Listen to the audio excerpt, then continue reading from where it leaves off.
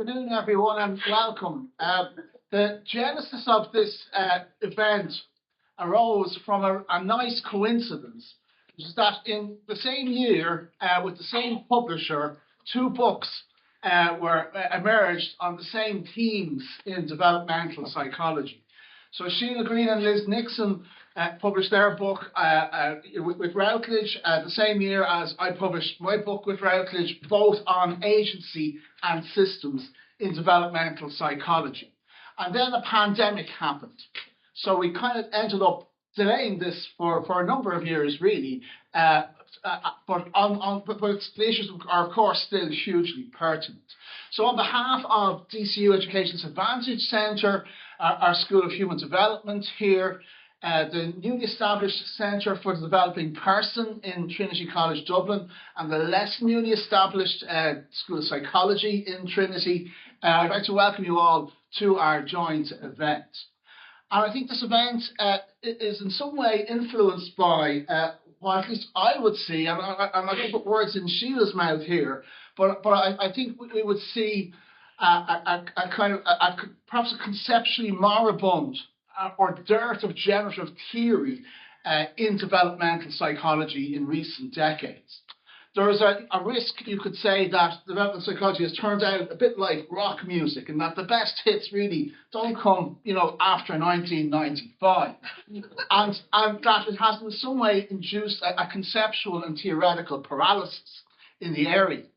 And our two keynote speakers today are beacons of light that are sought to arouse developmental psychology from its slumber. And they've injected, I think, theoretical vibrancy into the whole discipline. And I just noticed that my page with introducing Erica is over here. So excuse me, apologies. And Erica's autobiography is very long, so you have to remember all of these key dimensions. She's achieved so much. So we are hugely delighted to welcome here on on a symposium on agency and systems theory. And I think it's important to note as well that we want to not necessarily bring about agreement in today's session. That the function of a university is to have civilized, legitimate disagreements. That theory involves a plurality of thoughts, a diversity of opinions, and that's really what the hallmark of a good university needs to be. And so it's different from perhaps a purely policy-focused initiative, which would be trying to gain a consensus. So we're not necessarily about consensus today. So to introduce Erica, Professor Erica Burman is Professor of Education at the University of Manchester, an Associate Fellow of the British Psychological Society and the UK Council of Psychotherapists Registered Group Analysis. She is author of Deconstructing Developmental Psychology, an iconic work, I think, at this stage. It's in its fourth edition with translations of these books into Japanese, Portuguese, and Spanish. Not yet Irish. I'll come on to that in a while. Okay. We see also her other books she has: Child as Method, Othering, Interiority and Materialism, Development's Child, Image and Nation, all with Routledge as well, coincidentally. Though Routledge are not sponsoring this event, in case you're wondering. Fallon Education, Action, Child as Method. She's been a past chair of the Psychology of Women, now Psychology of Women and Equality section of the British Psychological Study. In 2016, she was awarded an honorary lifetime fellowship of the British Psychological Society in recognition of her contribution to psychology. And in 2024, the Psychology of Women and Equality's Marcia Worrell Mentoring Award. So you can see why I need the full page to read for all of her accomplishments. She's a UK Council of Psychotherapists Registered Group Analyst and full member of the Institute of Group Analysis. So we warmly welcome Erica now to give her the first of the keynotes.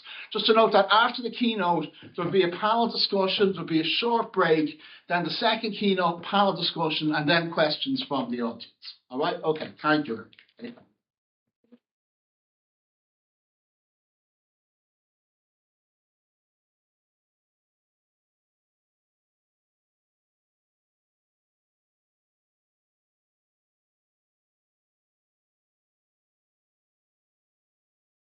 You for that wonderful introduction, Paul. Where are you?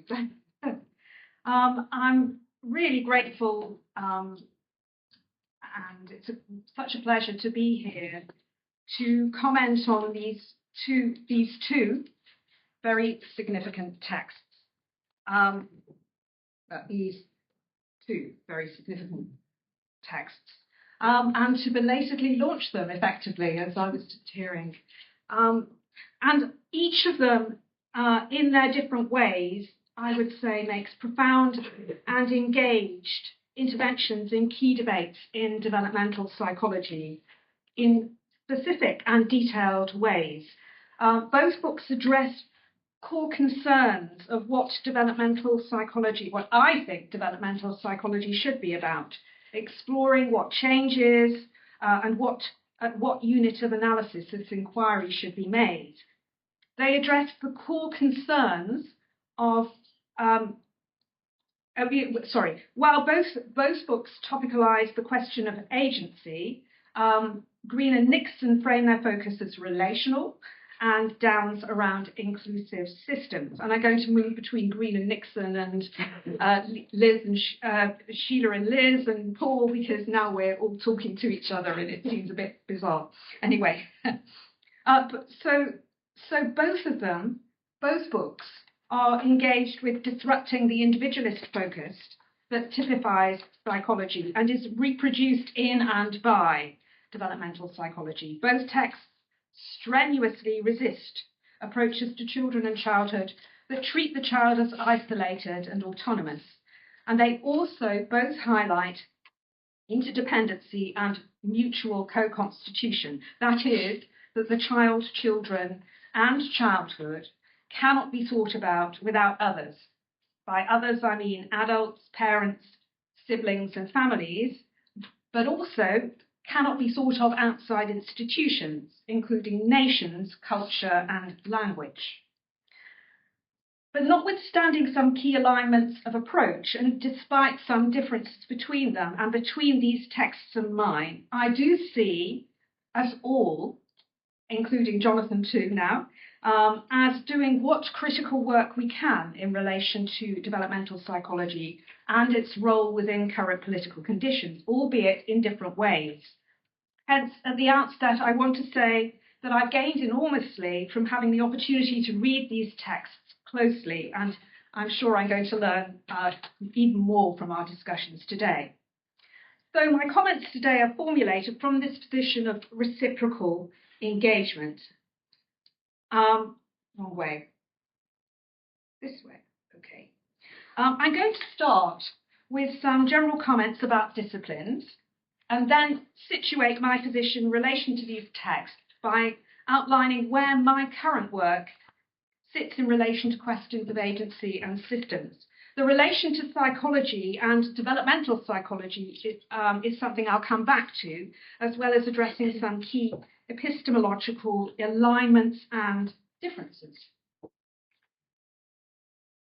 So, Green and Nixon framed their intervention as an exploration of the mutual lessons for childhood studies and developmental psychology, if I read you correctly.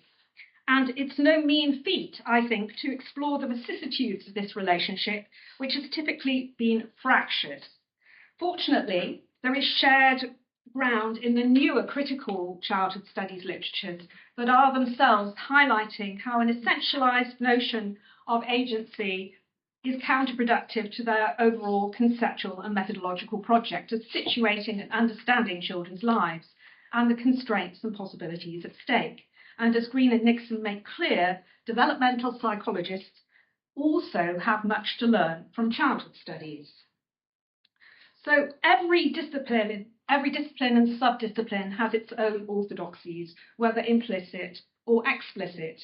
In psychology, these norms are fairly explicit, while as a newer hybrid discipline, in my opinion, in childhood studies, the norms seem to be rather implicit and often only retrospectively identified, so that there are cycles of engagement and disengagement with notions of development and ever-changing conceptual and methodological trends.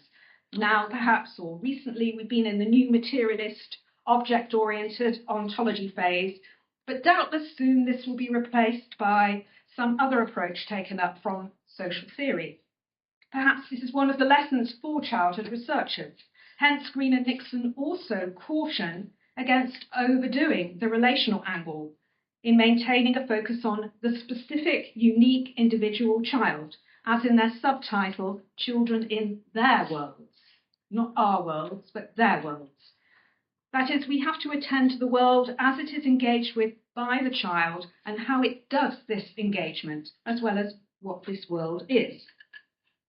Now, Downes' remit is both developmental and educational psychology. And as I know myself, since I'm now based in an Institute of Education, and we were discussing this earlier, this offers a range of different vantage points on developmental psychology. Education is, as they say, a field, not a discipline, and so includes sociology, social policy, politics, law, international relations, linguistics, and much more. But especially in these neoliberal times, it's still easy for the psychology signifier to appear to exercise particular traction. When I moved from a psychology department into education, I encountered new norms and orthodoxies, and these were reflected in quite different responses when publishing in education rather than psychology journals, for example. So what I'm trying to say is that communicating across disciplines, as both these texts do, is an ambitious and not always welcomed undertaking, it seems to me. Yet, these bumpy rides are often instructive, and I look forward to hearing more from the authors about the kind of reception the books have had from their various audiences. Now, Downes' book mobilises, as you can see, the word reconstructing, a term that circulated in the 1970s before the deconstructionist turn, but clearly has revivals.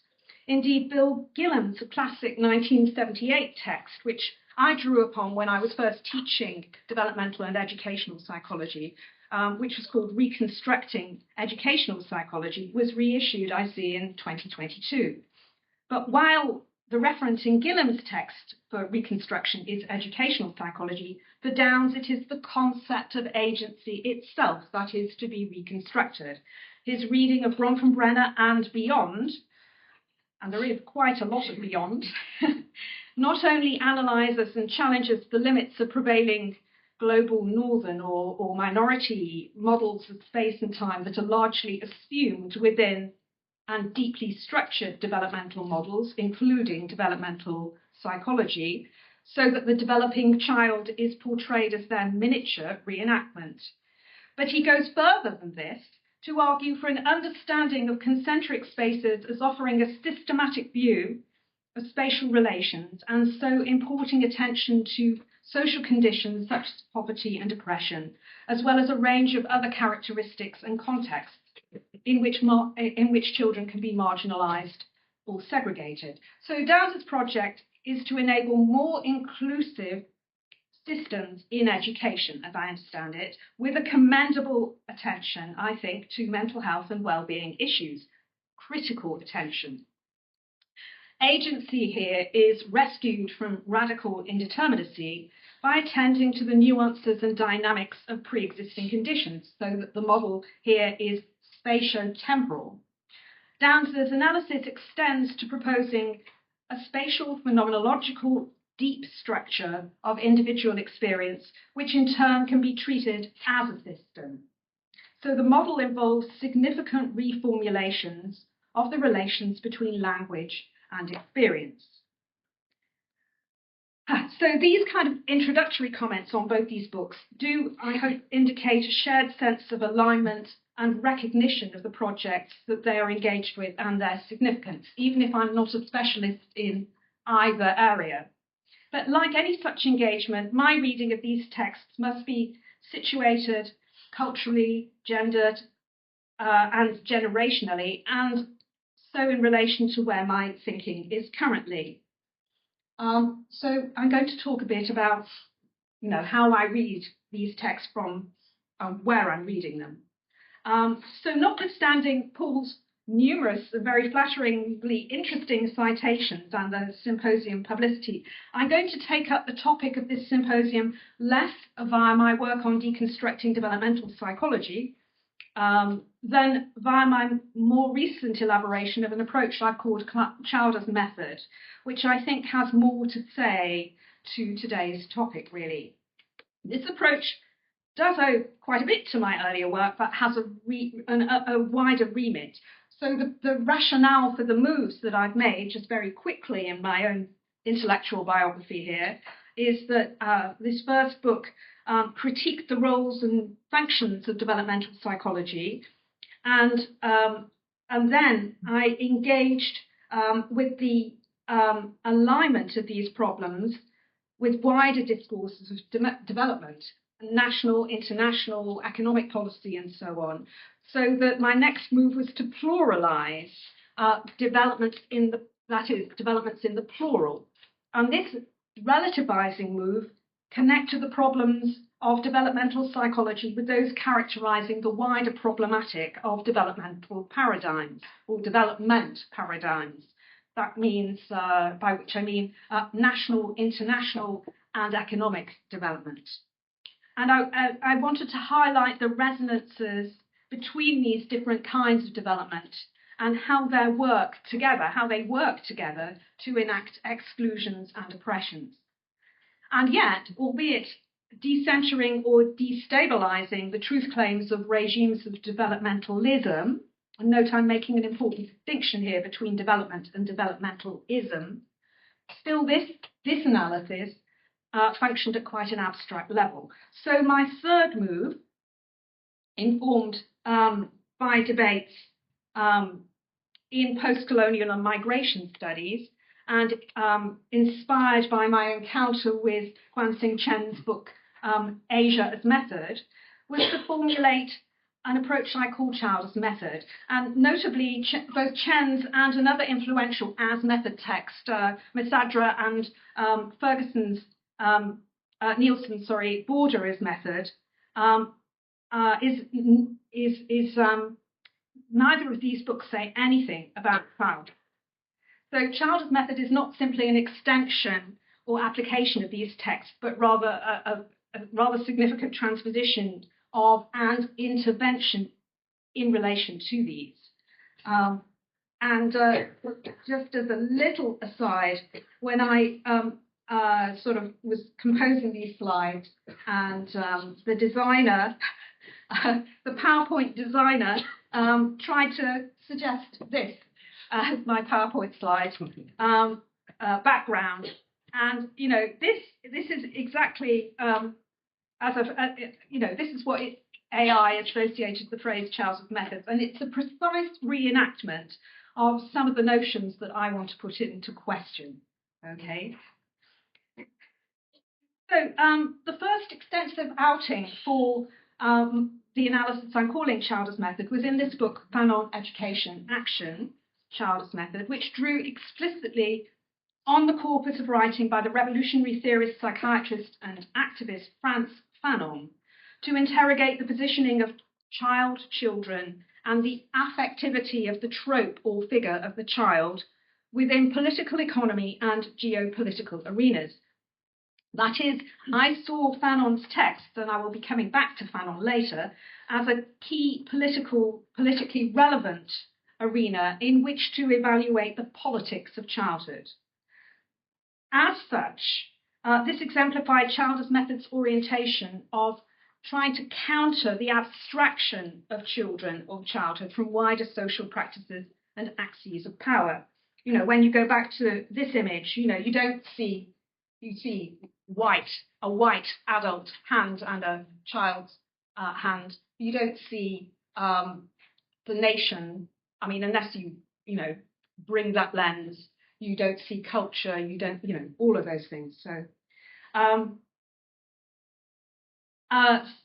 I think that this kind of resistance to abstraction from wider social practices and axes of power aligns also with Green and Nixon, and Downes's projects in attending to how these contexts and dynamics produce and interact with meanings and practices of childhood. And Childers' Method likewise situates children and childhood within wider social political relations, but in particular it problematizes both the developmentalism and the affective charge exercised by claims to and around children in childhood.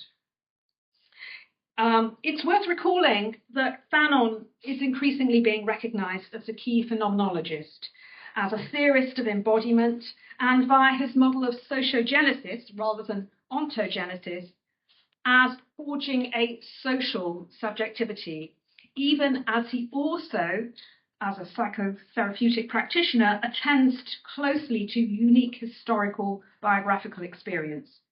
In other words, he offers both a psychopolitical and a psychoaffective approach.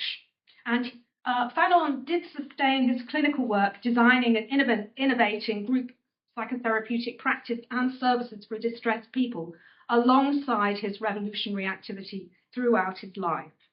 Now, Paul already mentioned that I'm a group analyst, so that connection between emotion and subjectivity and between therapy and politics at the intersection of social and individual changes is a key component of my interest and engagement with Fanon, as well as someone working on education, childhood, and sometimes developmental psychology. So this 2019 book is where I try to illustrate some key consequences of the ways child is framed, discoursed, mobilized, and instrumentalized.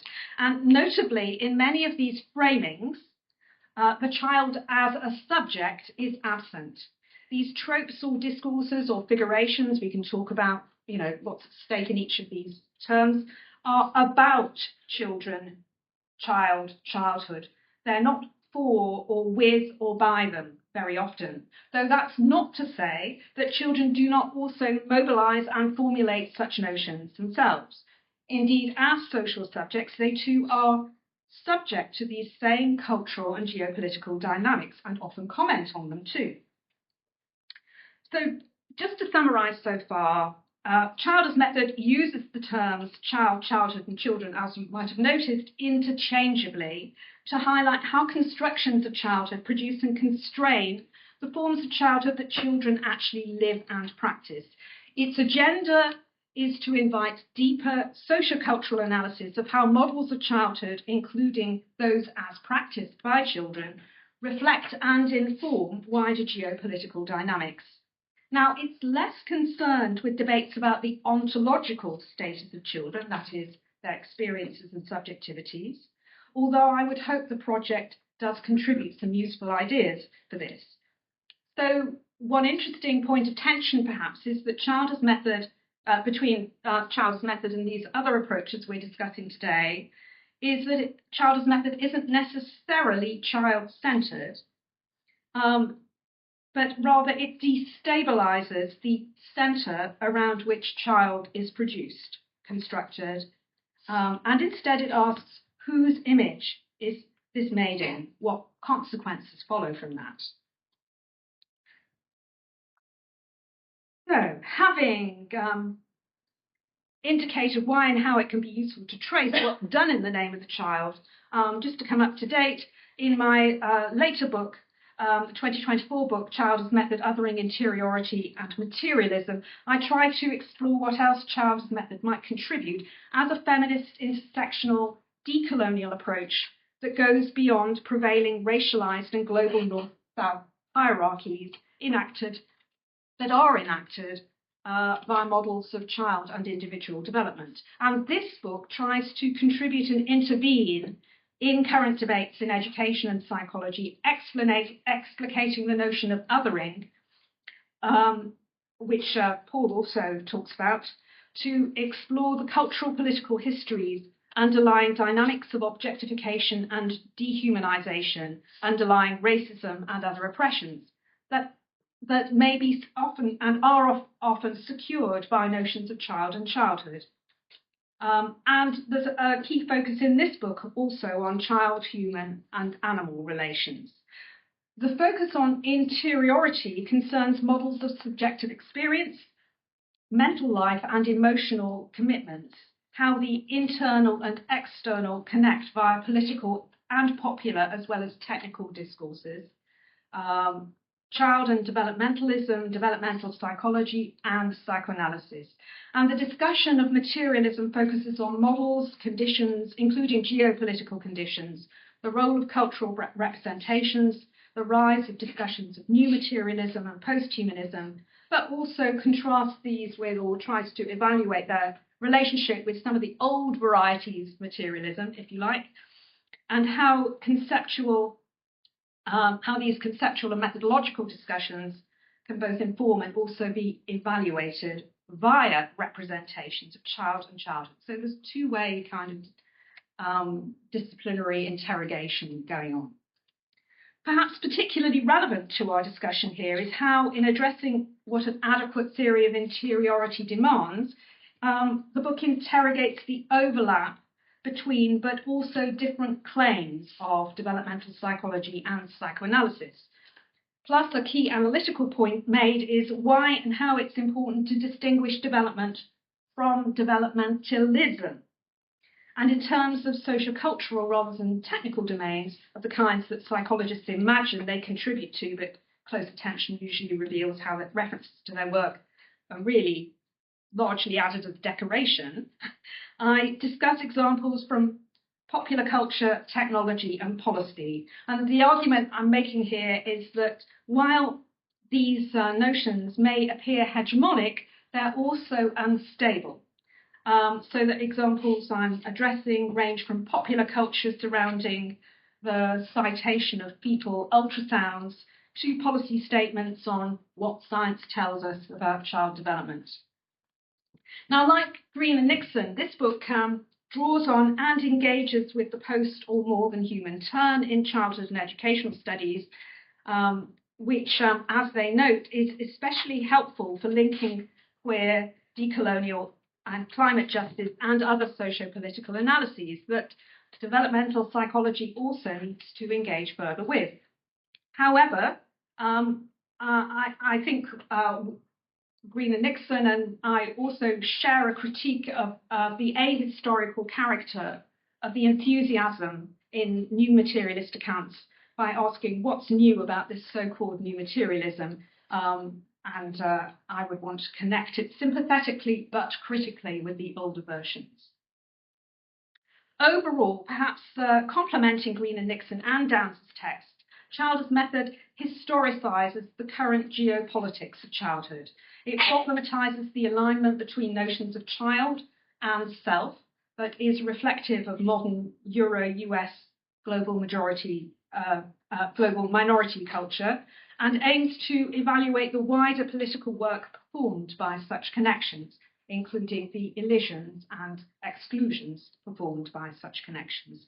So it offers a double critique to invite child-focused scholars and activists to connect with the geopolitics of racial capital, gender relations, sexuality, region, and more, whilst also insisting that post-colonial migration and other social researchers attend to the ways claims about child, children, and childhood function within their domains.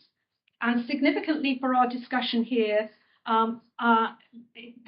these discussions cross the structure-agency binary that has traditionally preoccupied childhood and educational studies. And obviously I'll come back to this.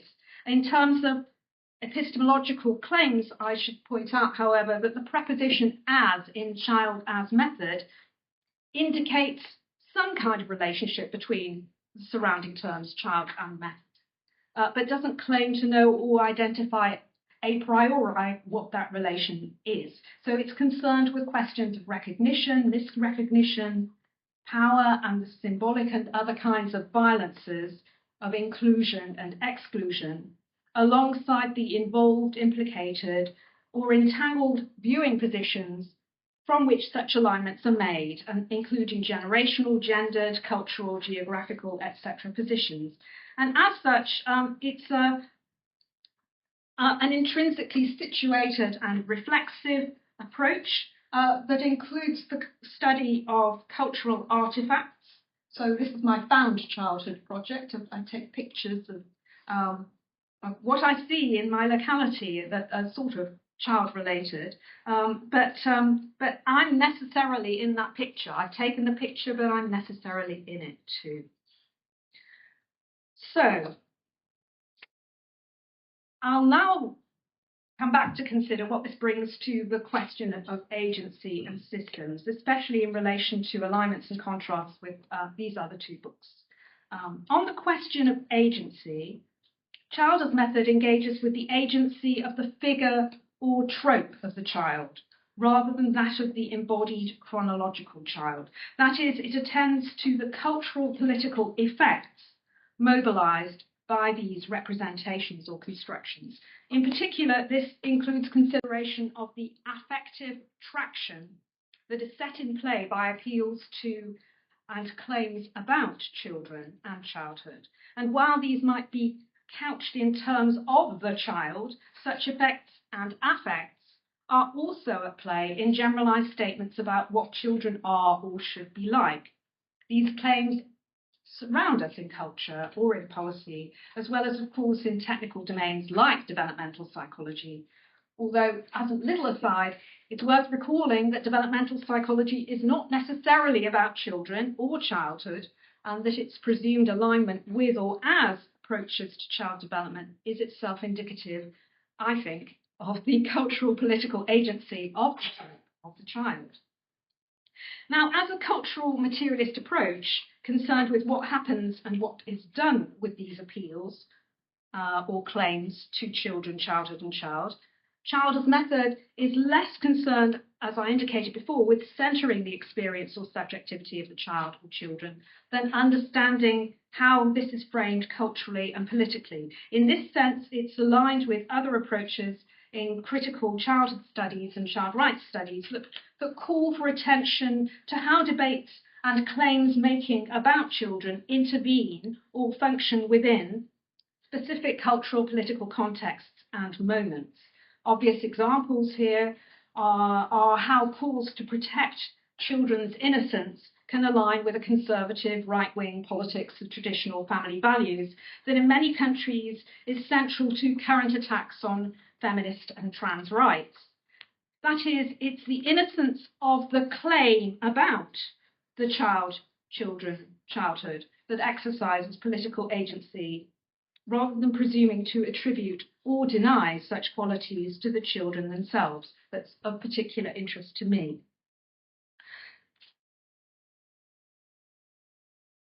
Because I am to Green and Nixon's insistence on not decentering the child then, a further consequence of this arm's length approach to subjectivity, including children and young people's subjectivity, is that it allows in or even invites attention to contexts or debates where children are not overtly discussed or present.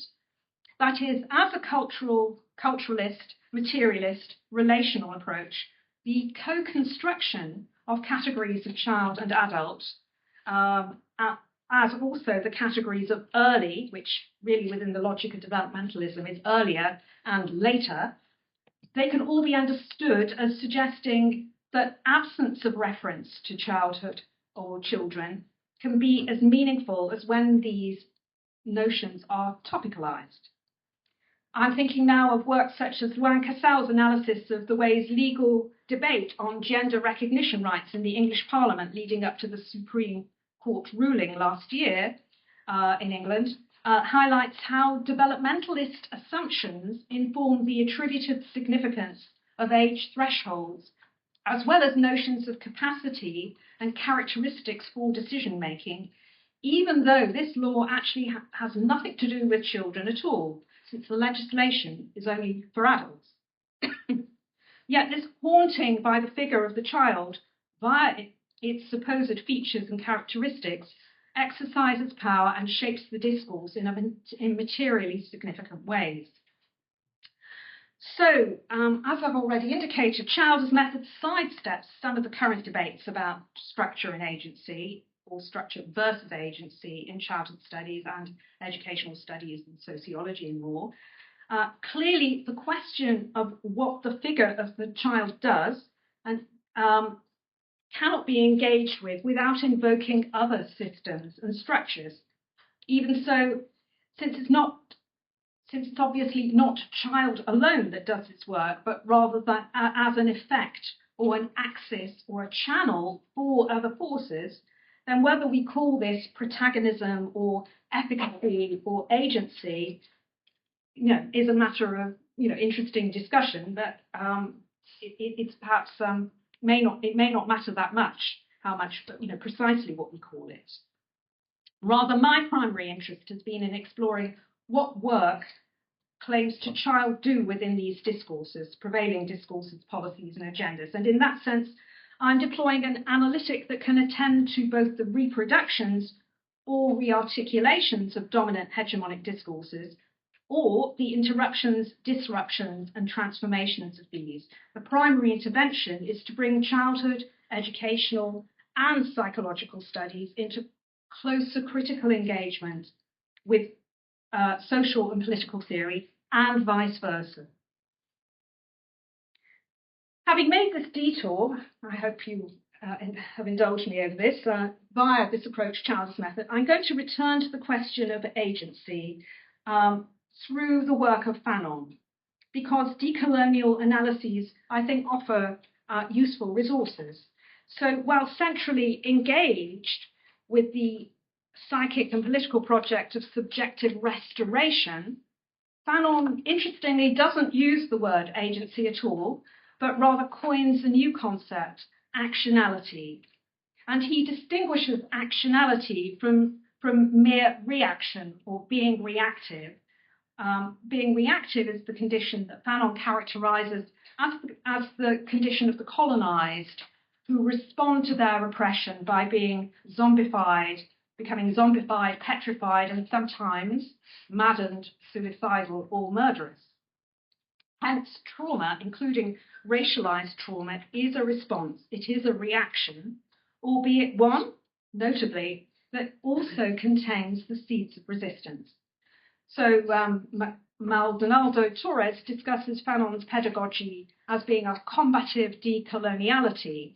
And in my book on Fanon, I talk about actionality as central to Fanon's political and therapeutic pedagogy.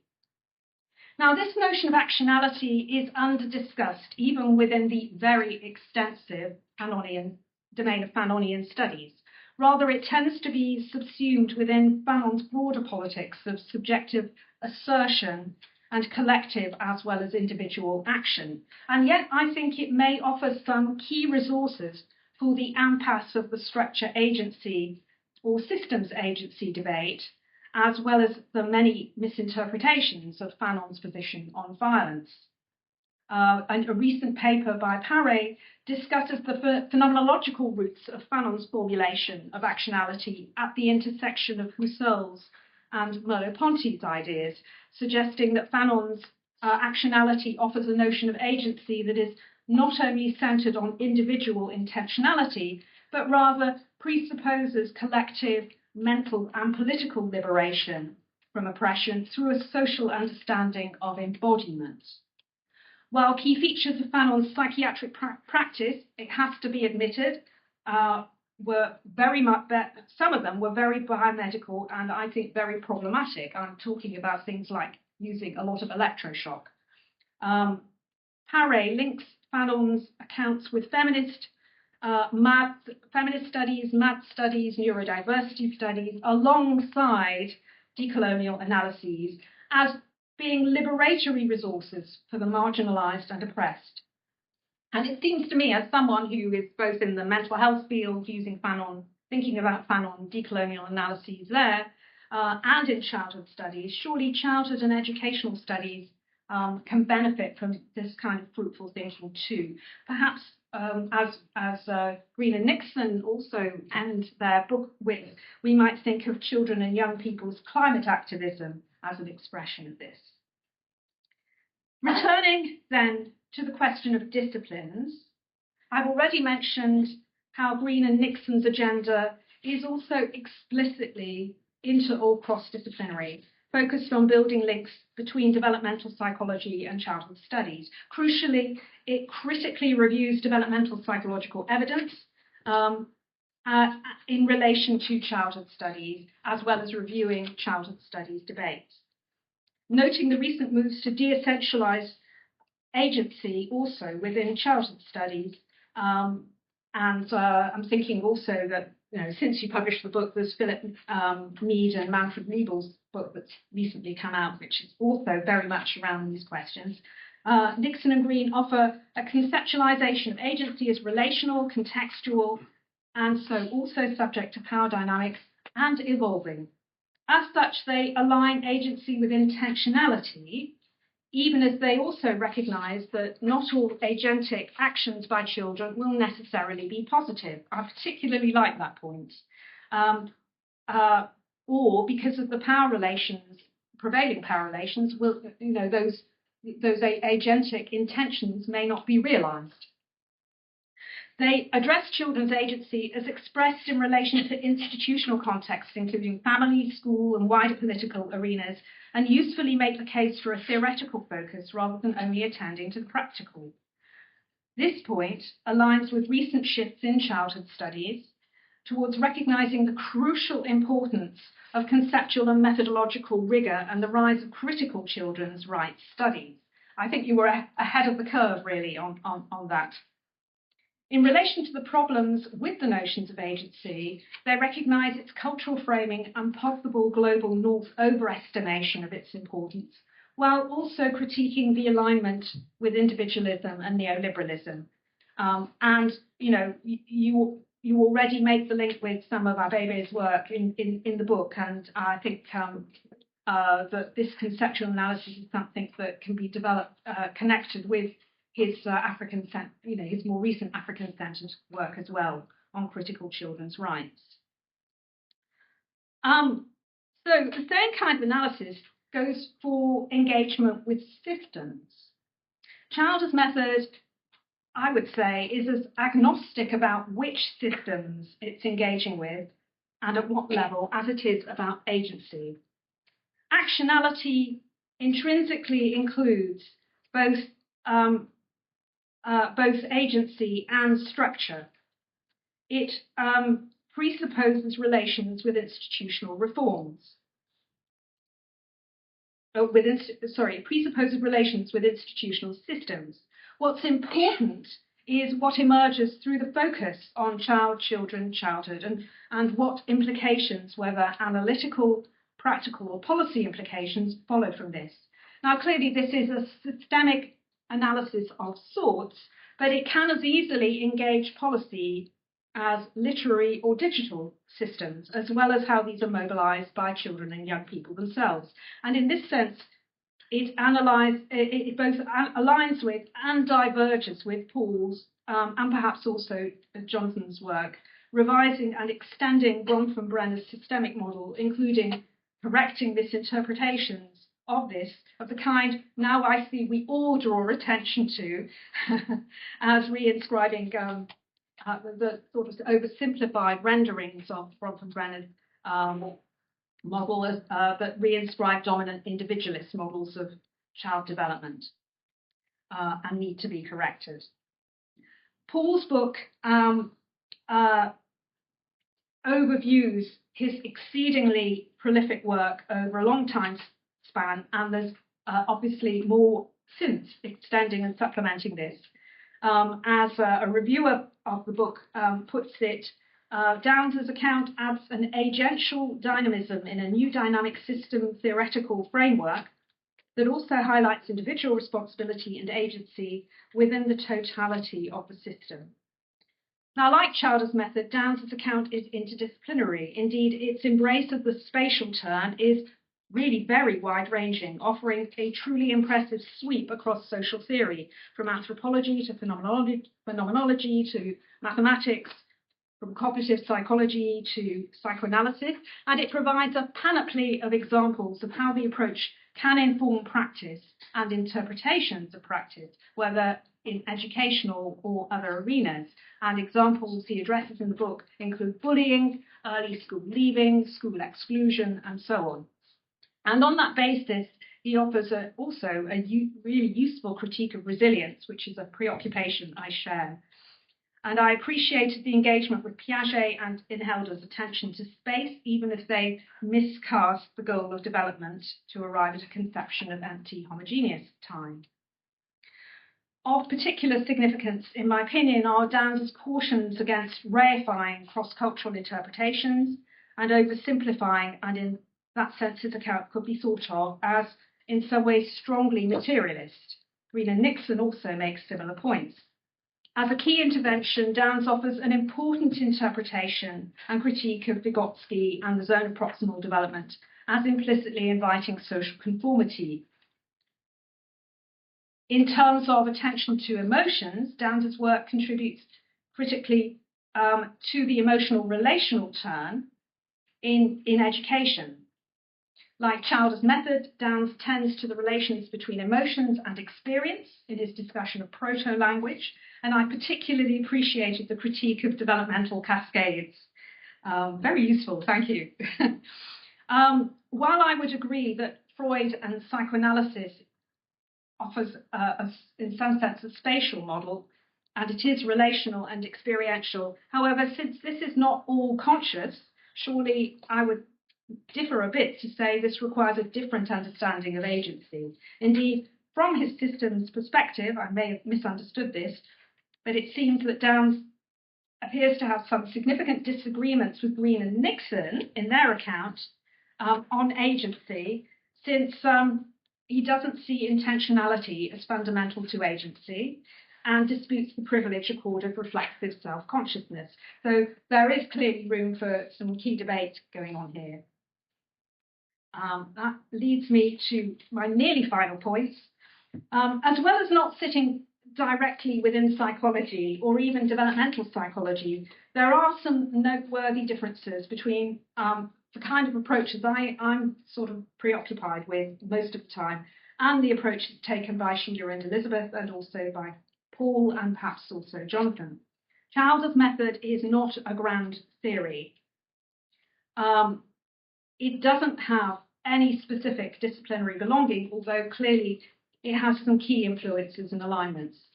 Indeed, Childer's method isn't a meta-theory, but rather a research analytic formulating innovative inquiries for, about, and sometimes with children.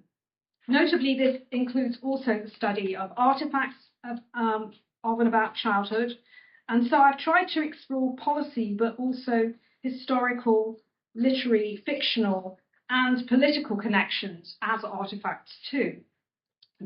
So this lack of disciplinary belonging and not having a meta-theory could be seen as a weakness or as a strength. Theoretical undetermination, refusing the discourse of mastery, or to mobilize a phrase in circulation as a modest or minor theory. And I should say other people have taken up Childer's method in a whole range of different directions that I'm happy to talk about. What it does is it lends a perspective, an orientation, a lens for inquiry. And beyond some key conceptual and methodological tenets, it takes shape through being put to work. In that sense, I would say it's like intersectionality approaches, which can't be made sense of, I think, really, without specific application. These tenets or principles include a commitment to geopolitical analysis as a cultural materialist approach, and an alignment with feminist and queer theory, including intersectionality, alongside decolonial approaches. And such political frames reflect the genealogy of Childer's method, that is what it was built from as a creative transposition of Asia as method and Border as method, and also the kinds of topics and projects it generates or inspires. Now, like Childer's method, Downes portrays his approach as both a domain of study and a methodology, I think. That is, as an interpretive framework that works as a sort of methodology too. However, it seems to me that, like Green and Nixon, Downes still seeks an overall model. Now, this also is where I'm coming from, contrasts with Green and Nixon's clear commitment to the viability and value of the developmental psychological project. As, although you're very critical, I think when push comes to shove, also Paul's work. Now, this project is not something I'm remotely opposed to. Indeed, I'm very grateful for all the hard work involved in sustaining this project, but it's not been a central part of my own work, so urgent and important does it seem to me to challenge the impressions meted out in the name of developmental psychology. And this is enacted not only by psychologists, it's worth remembering, but through the Psy complex, also by teachers, social workers, health and social care practitioners, and their professional literatures, and beyond these by national and international policies. Now, this doesn't mean that I don't see a key role for a reformulated or reconstructed developmental psychology within a prefigurative politics. Indeed, this was the focus of a key article in the first issue of the important but short-lived critical or radical psychology journal, Ideology and Consciousness, when it first came out in 1977. And I believe such commitments are there also in Fanon's and others' anti-colonial therapeutic and political projects.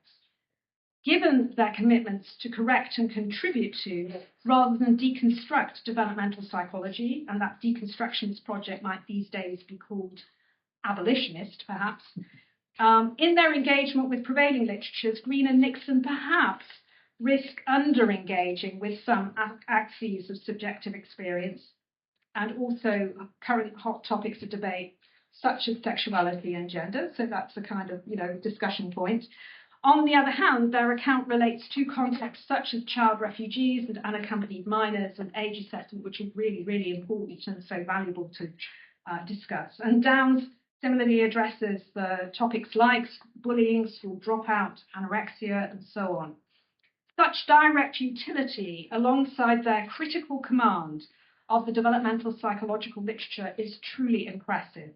And while Green and Nixon do engage with and comment upon post-human perspectives, they don't feature greatly, but I agree with the general direction of analysis of your critical evaluation. Because it seems to me, and I think you also imply it, that while new materialist notions of responsibility and mattering emphasize mutuality of constitution, interaction, this micro-focus risks occluding the broader political picture. For me, one point of tension is that neither of the two books really appear very intersectional in their analysis, and perhaps this can be understood as arising from the narrower disciplinary focus. And a further consequence, perhaps, is that Green and Nixon may insufficiently challenge mainstream psychology focused on mother-child relations, mother-child interaction. We can discuss this. So I'm really concluding now. I would venture to suggest that Child of Method is more cautious about being recruited into the developmental psychology project, even as I would hope this opens spaces for other possible forms of development. And as I indicated earlier, the distinction between developmentalism and individual development may be important, and some accounts are taking up this distinction written by others. It seems to me that we can and indeed must envisage development as change, as event, as happening, even as we refuse to be confined or constrained by notions of teleology and the epistemic and material balances that this warrants. And in terms of the themes of agency of systems, I've tried to talk about how Childer's method displaces these kind of boundaries alongside questions of intentionality and child-centeredness and their potential for incipient abstraction and exclusionary essentializations. Now, as one of the inventors of the phrase the Psy complex put it, David Ingleby, who is was a developmental psychologist and critical theorist of psychiatry, including child psychiatry. So he famously quipped that psychologists claim to be social engineers but turn out to be really maintenance men. In this, perhaps they are only sharing in the fond aspirations of skilled mechanics. More recently, some of you may know Brian Hughes's recent book that's highlighted the quiet conservative bias that skews psychology as we know it, that belies the liberal ethos we might think informs the discipline, such that, as he puts it in his subtitle, it promotes capitalism and protects privilege. Such effects arise because psychologists want to seem useful and engaged, but end up reproducing rather than challenging dominant models. Children, child development, early intervention, 1001 critical days, all of this sort of thing, they're all mobilized by non-psychologists to further regulatory and for some repressive political agendas. And yet, the point is that it's nevertheless our responsibility to be engaged, if only to counter the insults and oppressions that are done in our name. And Green and Nixon and Dan surely offer tangible examples of how to do this. So I want to say thank you so much for inviting me. My final question, really, that I'd be interested in taking up is why we focus on agency. And is it a symptom of our times when we have so little of it, it seems? Much, Erica. Good evening, everybody. My name is Mary Flynn, and I'm here in my capacity as head of the School of Human Development. And we're delighted and honoured to be associated with this symposium this evening in tandem with our colleagues in Trinity. So before I introduce the panel, I just want to thank each and every one of you for being here as well, also, and to welcome you. So my job is to act as chair this evening as well. And now we're going to have a panel response to Erica's presentation. So with that, I'll introduce each of our three panelists and then ask them to respond in a few moments, about 3 to 5 minutes each. That's it.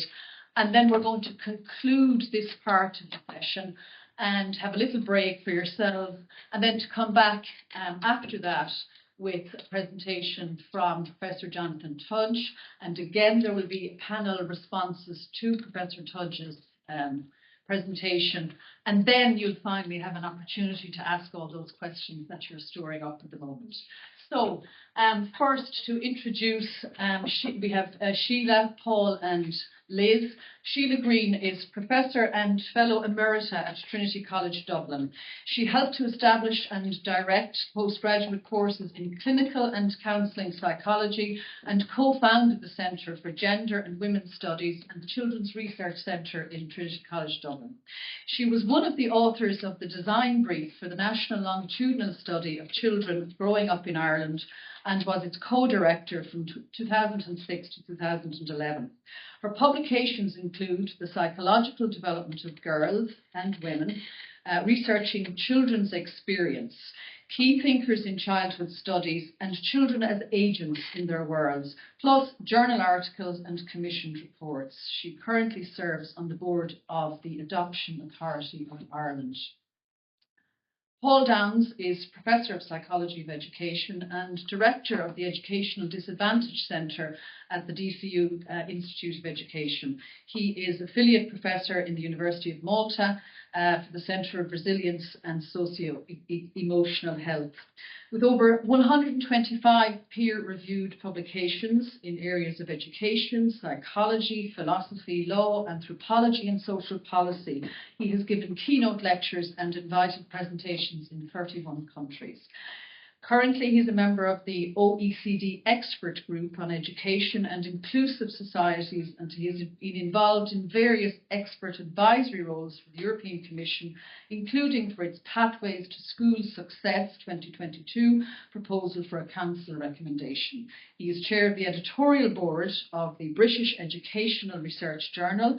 He is the lead editor of the Routledge International Handbook for Equity and Inclusion in Education 2024, and his book, Reconstructing Agency in Developmental and Educational Psychology, Inclusive Systems as Concentric Space, was nominated for the American Psychological Association's William James Book Award.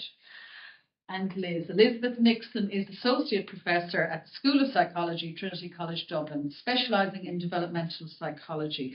She is co-director of the Infant and Child Research Lab and has just taken up the role of director of a newly established research centre, the Centre for the Developing Person at TCD. She has published over 100 peer-reviewed articles and book chapters. Her previous research has focused on parenting among immigrant parents, refugee youth, international adoption, and stigma and youth mental health. For over 10 years, she served on the management team of Growing Up in Ireland, the National Longitudinal Study of Children and Youth, and has produced several government commissioned reports on parenting and family based on the data. So I think you'll agree we have a very eminent panel to respond to our presentations here this evening. And with that, I will invite Professor Sheila Green to respond first, and then Professor Downs and Professor Nixon after that. So about 3 to 5 minutes each. Thank you very much. You need a mic, Sheila. I don't know. Do I need the mic? No. And project. Thank you, Will. Well, thanks to Paul first for hosting this event, and also more immediately thanks to Erica for her close reading of our book. And Erica has outlined some alignments and some differences between our perspectives, and that's very healthy and good to hear. I could talk now for about an hour and a half about your presentation, but I have 2 minutes, I think. It's so interesting to hear about Erica's trajectory from critiquing developmental psychology to her new child as method framework. But I do see a continuity in her feels interrogation and deconstruction of the taken for granted, the revelation that she so often puts before us of the interests and agendas served by the dominant institutions in our world. I think I can speak for Liz, share, as Erica's outlined, this anti-developmental stance. And Erica has powerfully set out in her Deconstructing Developmental Psychology books, and I await the 4th edition with interest here. It's not actually published yet, is it? No, I'm only halfway through. Right. She set out and analysed the damage inflicted by traditional developmental thinking, and I think it has been damaging. I think psychological discourses are very powerful in our world, and many of them have not served us well. In fact, have been damaging to the way we think about ourselves and our relationships to others and to the world around us, both natural and material. Where it may be Liz and I would differ is that we would still be engaged in the deconstruction, reconstruction, reform process in relation to developmental psychology. I remain fascinated by how we change in time. This need not be called development at all, and it would be against most of what development has meant within psychology, and what I would see as the 20th century perspective on development, which we need to move beyond. And in many ways in developmental psychology, there are theorists and thinkers who have moved beyond this. So if we look at people like Willis Overton and the dynamic systems perspectives that he and others would promote, we see maybe a way forward away from the individualism and the isolable organism of 20th century developmental psychology. I see the systemic framework and or the critical relational perspective as having a great deal to offer, not just to developmental psychology, but to psychology as a whole. And this is something my colleague Bernadette O'Sullivan and I are writing about at the moment. So Liz and I then would remain, both of us, I think, interested in this whole issue of how we change, but biologically, socioculturally, all the different massive interplays that we need to understand. It's very complex, very difficult a project to be engaged in, and we fail nearly all the time to really understand what is going on. But I think as part of it, there is always room for this radical interrogation of what is going on in terms of psychology's agenda and what is going on in terms of the pronouncements that we make and the claims that we make in relation to understanding children and understanding people, indeed. That we have to remain very modest and self-critical. And I think Erica has really been very helpful in showing the way in relation to all of that. She has illuminated, and I take her own words, how our constructions of childhood and children produce and constrain the forms of childhood that children actually live and practice. And from that, I think she's made an invaluable contribution. And I think Liz and I are also hoping that our own work has also made something of a contribution to rethinking what we mean when we talk about children's development and children indeed as people in our world. Thank you.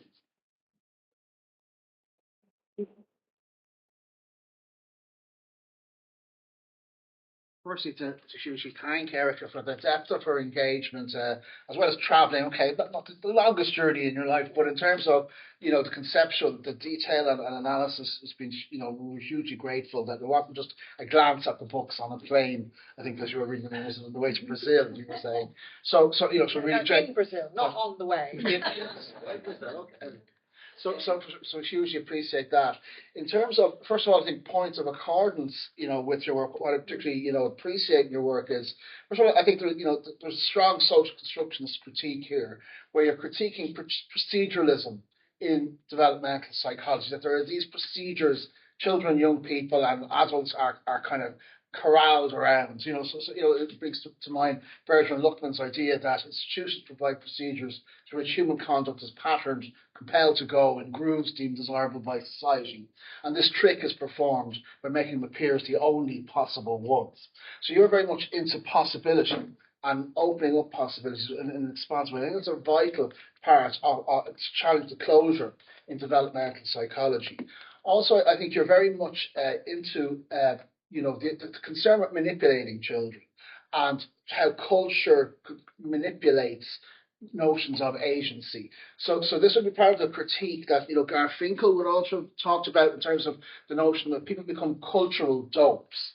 Garfinkel, no relation to the singer Garfunkel here, but his concept was that criteria on which we make our choices are culturally conditioned. So we are manipulated by our culture. So for example, you might choose to be a doctor, age 17 or whatever. You want to do medicine, but it's because your parents want you to do it or someone else. So it's the culture behind that manipulates the criteria for your choices. So I think there's a vital sociocultural critique there needed. And also what you have done is, in many ways, developmental psychology has been like an ostrich in relation to other disciplines. That it hasn't engaged with post-structuralist critique of the depth of the subject, the radical decentering, and so I'd be asking a question of Derrida probably later rather than now, in terms of, so Derrida's thing was not to kill the subject, but to resituate the subject in his deconstruction approach. I also share very much a concern with getting beyond binary thinking, and I go further to argue that binary thinking is a product of binary experience in terms of diametric spatial oppositional experience. So it's projection of certain spatial ways of experiencing the world that need to be reconstituted. So there are some of the occurrences in terms of perhaps where there may be some tensions. I suppose I would argue that your work does operate through models, even though you suggest that it does not. Okay, and I quote Burman on this 2008, one of your editions. I lose track of which edition. There's been so many of your book, where the project of decolonizing psychology has a long way to go. I think you state there. So I would invite you to look at how our spatial assumptions are expressions of Western cultural conditioning. So, for example, Descartes saw space as empty space. John Locke's tabula rasa was very much the empty space assumption. And this is, I think, part of the strong social constructionist idea, is that the child or people were empty spaces, were just malleable playthings of culture upon which we're supposed to engage. We're kind of buffeted by different forces, but we are ultimately an empty space on which culture describes itself. And so it does go back to a question that you ask in terms of children's of needs of children. And I think you problematize that concept. And I suppose a concern I would have is that if the child is a tabula rasa, an empty space, then why do we even need to design systems that may even seek to meet their needs if their needs are illusory or constructions or based on power, hegemonic discourses? So I think this also goes back to another part of the Western tradition, which is very much, and the anthropologist Descalat challenges the nature-culture opposition. It's used as a distinctive socio-historical concept coming from Rome, where it divided the world into the wild and the tamed. And so our schools kind of become sort of places of culture where nature is excised. So the nature-culture opposition, similarly the ideal real, the materialist culture emphasis you give, is coming within a distinctive Western tradition of polarities. And you tend to dive towards, say, one or other within those polarities. And I think my argument would be, and in the book, I would link this to Kant, who isn't the lightest read, but one of his distinctions is between transcendental freedom. His third antinomy is between freedom and determinism. And so a lot of the social constructionist thinking is in terms of idealist notions of what we can be, endless possibilities.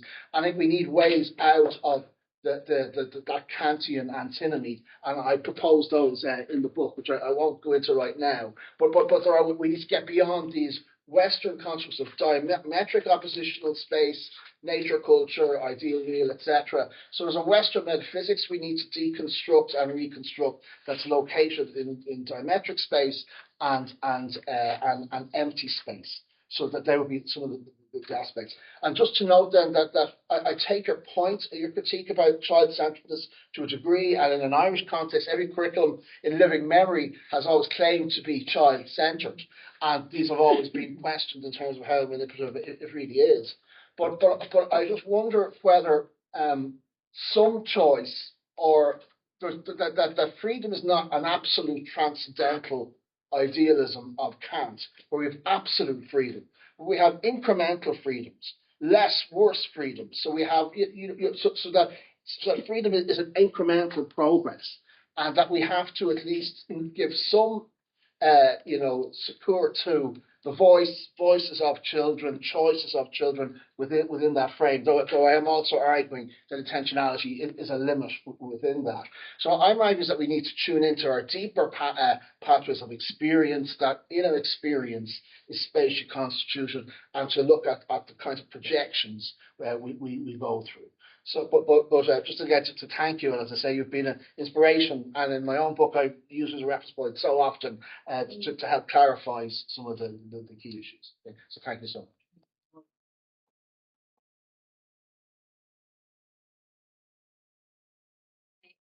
So thank you to everybody for coming and staying with us this far, and thank you so much to Erica. It's a great honour to sit here with you. I remember as a PhD student who had done her degree in psychology, starting her PhD in an interdisciplinary research centre undertaking qualitative research. And I was beginning to really question, my identity as a psychologist. And then I came across your book, Erica, which I have to confess didn't help my identity as a psychologist, but it really made me question some of my life choices.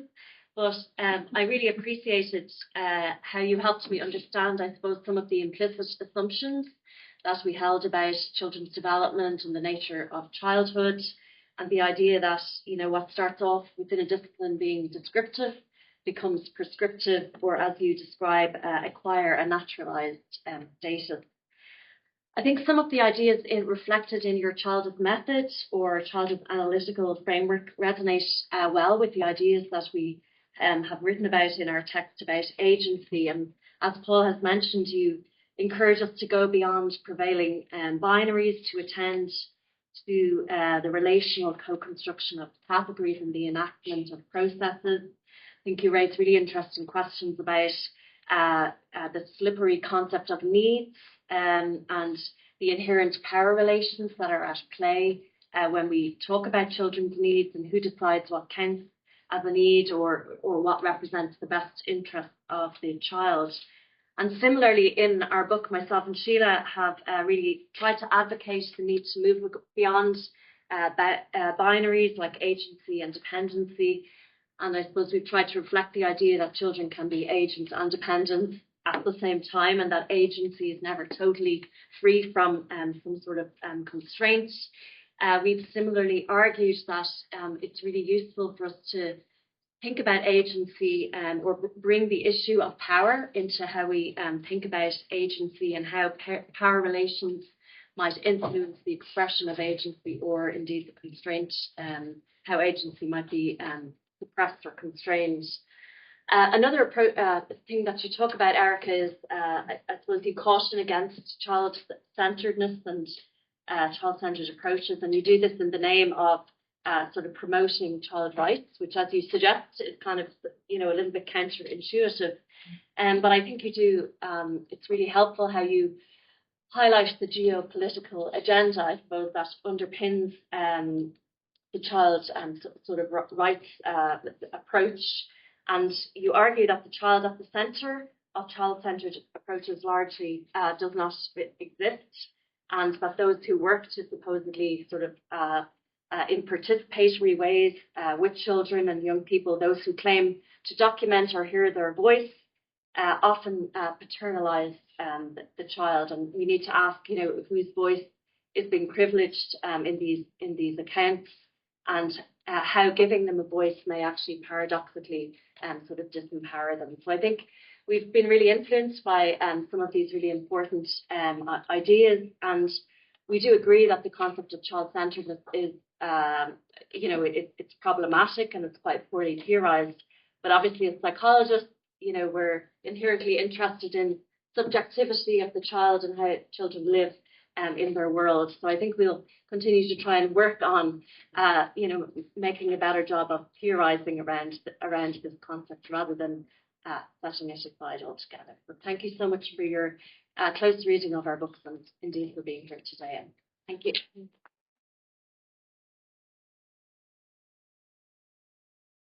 I might ask Eric if you have any comment to make, just to sum that up before we have a little break. Ooh, well, very, very lovely to hear your responses, and how you hear and have engaged with some of my ideas, and the trajectory over the years, really, which I can hear.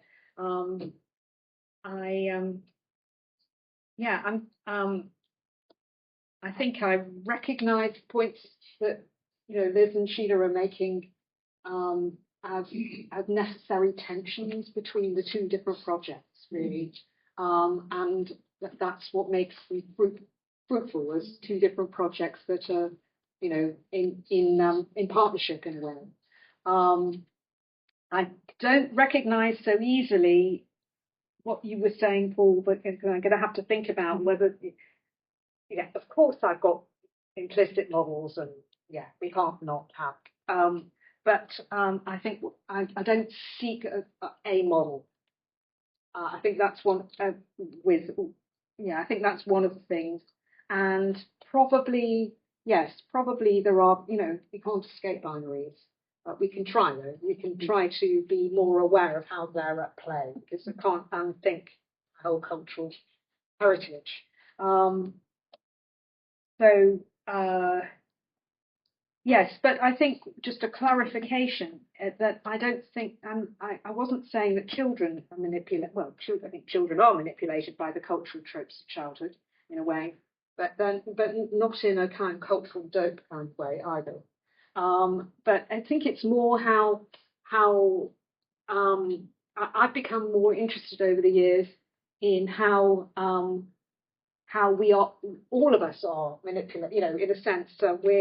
We're transfixed by the figure of the child, and so I'm sort of, whilst the question of what's in it for whom is always necessarily at play. I found myself moving more and more to thinking the it's not cultural determinism, I want to say at all, but it is cultural shaping and production and reproduction, and probably other words like that. So, but I think this is part of an ongoing conversation that hopefully will continue after the break. Yeah.